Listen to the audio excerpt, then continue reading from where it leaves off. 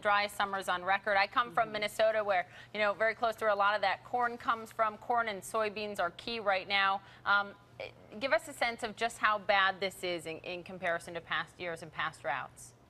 Well, Poppy, it's not just a few states. Let's talk a few states compared to years past. Right. Really, it's so much of the country, the aggregate as a whole. So here's the country. Anywhere you see this dark red is really very extreme drought. But you can see almost all of the country under some sort of drought. Just want to show you two key states. Places like Missouri. 1 year ago, they had no drought of any sort. And look at where they are. About 100% of the state under some sort of drought. That was Missouri. Take a look at Illinois, a similar scenario.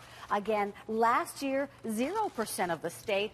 This year, 100% of the state in some type of drought. So you can see incredible in terms of the scope and also the extreme nature of it all. I want to also show you, this is the entire country, and taking a look at the percentage of drought, and you can see the only worst year we've ever seen was in 1934. Over 60% of the country now in some sort of moderate or greater drought. Of course, heat and drought go hand in hand, and certainly one exacerbates the other. The Midwest, just talking about the Midwest alone from April to June, 7th warmest, 10th driest. In the U.S., it was the 3rd driest June in 118 years. So top 10 warmest, so really kind of record-breaking. And now as we look out, look at the heat and look at the drought and the dry conditions. Now, this is the tendency for the period all the way through the end of September. So what will happen? We know how bad it's been.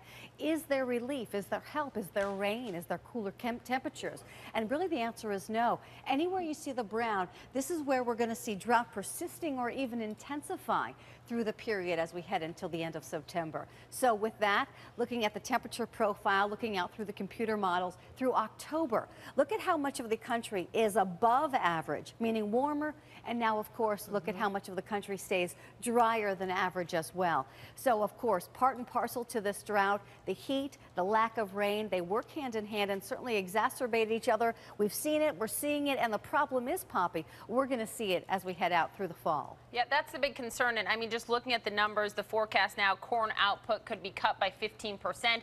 August, this is the critical month for soybeans. So if we could get some rain in the next few weeks, that would be a big help. But what I'm hearing you say is that no matter what, this is going to affect us all the way into Christmas. That's right. Even the Christmas trees that are being grown in Wisconsin, in Minnesota, in Illinois, supposedly being affected now. Now, older Christmas trees, more mature ones, it takes about 7 to 10 years for a Christmas tree to kind of develop. Older trees are more drought resistant. The newer trees that have recently been planted are going to be affected, so potentially they're shorter and not as full, and of course, we'll pay higher prices because there may be few of them. That's looking down the pike 5 to 7 years from now, so possibly being affected.